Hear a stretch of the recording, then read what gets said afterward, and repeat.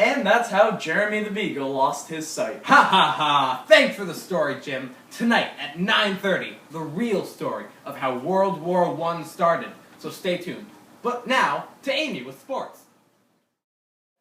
And welcome back to...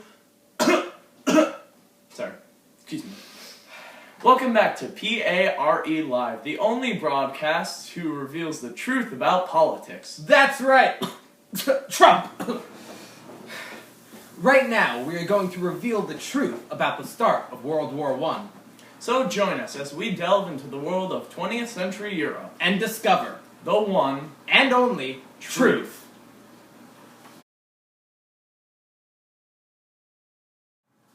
It was near the turn of the 20th century, and industrialization had taken its toll on the world, changing everything. And tension was rising. Pat, cut the voice. Fine. Many countries were beginning to believe that they were better than each other, believing that everything about their country was just straight out better.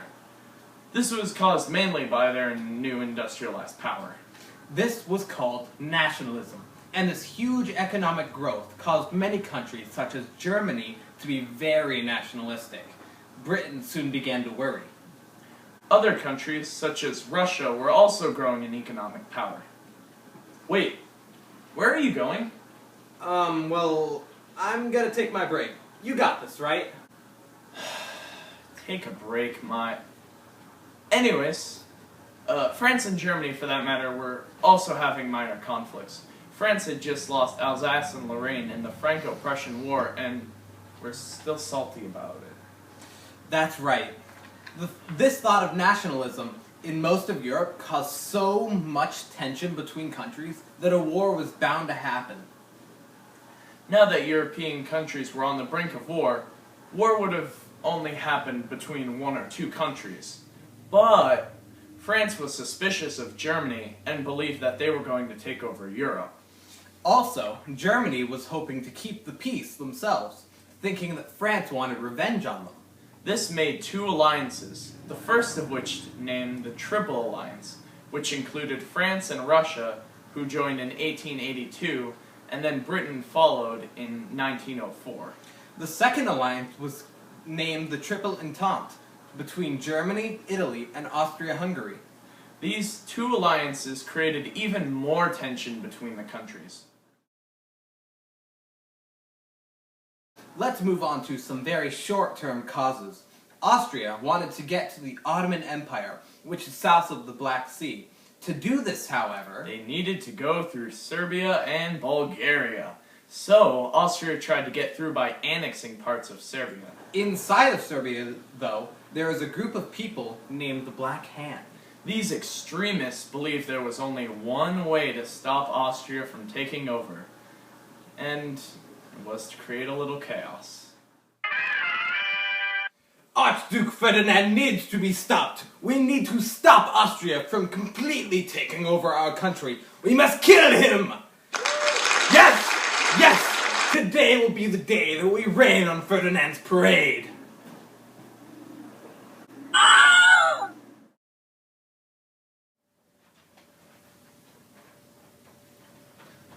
Sir, Archduke Franz Ferdinand has been assassinated by the Black Hand. Shall we declare war on Serbia? Now, a little accident doesn't mean we should go to war. Accident? Francis, they assassinated him in cold blood. But what would the cost of war be? Is devastation and several thousands of lives taken from our country really worth it? We must be peaceful and cautious to avoid any more harm to come to us. If we go to war, it could be the perfect time to crush Serbia. We need to keep our minorities in line. Winning in war against the Serbs would not only keep control of our people and land, but it could stop the revolts of the Black Hand. This is an opportunity we can't miss. Message for Francis Joseph. It's a letter from the ruler of Germany. They wish to form an alliance. Well, this complicates things slightly. I guess we do have more power to fight, But we should at least give Serbia a chance, a final effort of peace. If we give Serbia a list of demands, perhaps we could end the anti-Austrian criminals. Here, send this letter to the Serbian officials and see their response.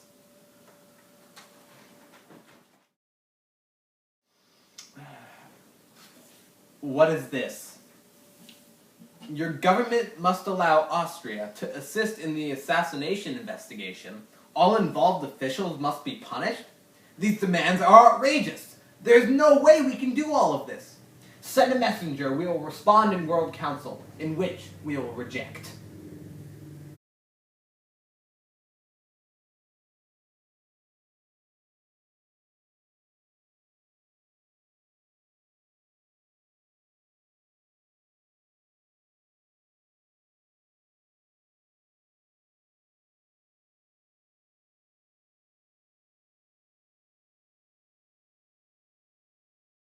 Russia, our alliance must now come into play. Your time has come.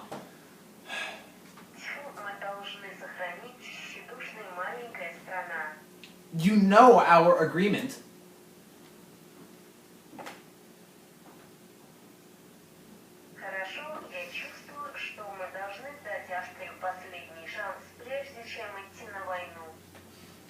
Just do what you can. We need your help.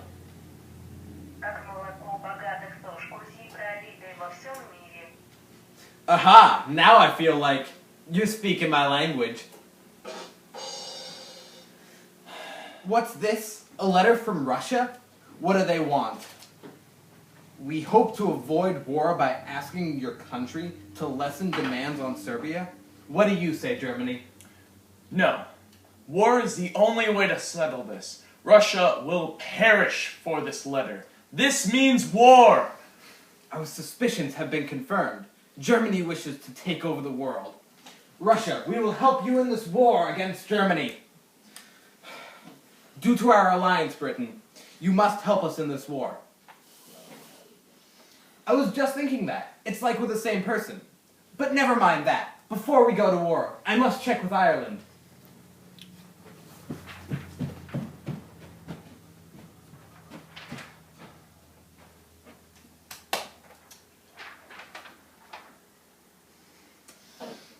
Right Augustus get fall the Guinness in fair the Lund the balls on son the cock LeBron. Yeah, I got nothing on that. We're in. Wait. What's that?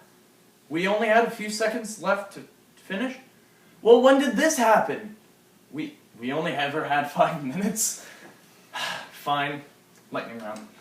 World War I, 1914 to 1918. Long-term causes. Go. The four isms: militarism, alliances, imperialism, nationalism. All connected over time to start World War I. Let's start with imperialism. Imperialism is the idea of creating empires. This is the idea that made many countries make bigger and more powerful empires. In the case of World War I, France was scared Germany was going to take over the world. This would eventually lead to the alliance system.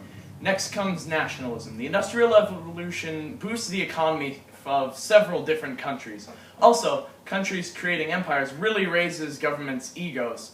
So, that made people of each country think they were better than the rest. Which leads to militarism. Again, involving the Industrial Revolution, militarism would get a lot of attention because of the new weapons and transportation methods invented during the time period. Also, because countries have nationalism, they believe that their country deserves more and better weapons. This leads to more money development and spent on weapon systems. Militarism would lead many countries to focus more on their empires and nations. Lastly comes the alliance system. Every country has allied with one or more countries, so, with all heck breaking loose, all of those different alliances got together. But this causes two different groups of countries to arise near the beginning of the war. These long-term causes all played a huge role in the beginning of World War I. As well as long-term effects. Short-term effects also played a huge role to spark the fire of the war. That's right, the short-term effects acted as the spark of the war. The short-term effects are as follows: the assassination of Archduke Ferdinand, the annexation of Bosnia-Serbia by Austria-Hungary, and the actions of the Black Hand. When Austria took control of Serbian and Bosnian land by annexation, many people accepted it, although some of the Serbs who wished to join the Slavic nation got very upset. Which leads us to the Black Hand. The Black Hand were a group of Slavic extremists who did bad stuff. They were the guys who planned the killing of the Archduke, as well as other events for anti-Austrian rule. Once the Black Hand assassinated the Archduke, Austria-Hungary sent a letter of demands to Serbia, saying that they would eliminate the Black Hand. When Serbia rejected their demands outright, Austria declared war with the alliances in play. Many other countries were forced into the fight. Eventually, with all of these countries fighting, the war was dubbed World War I.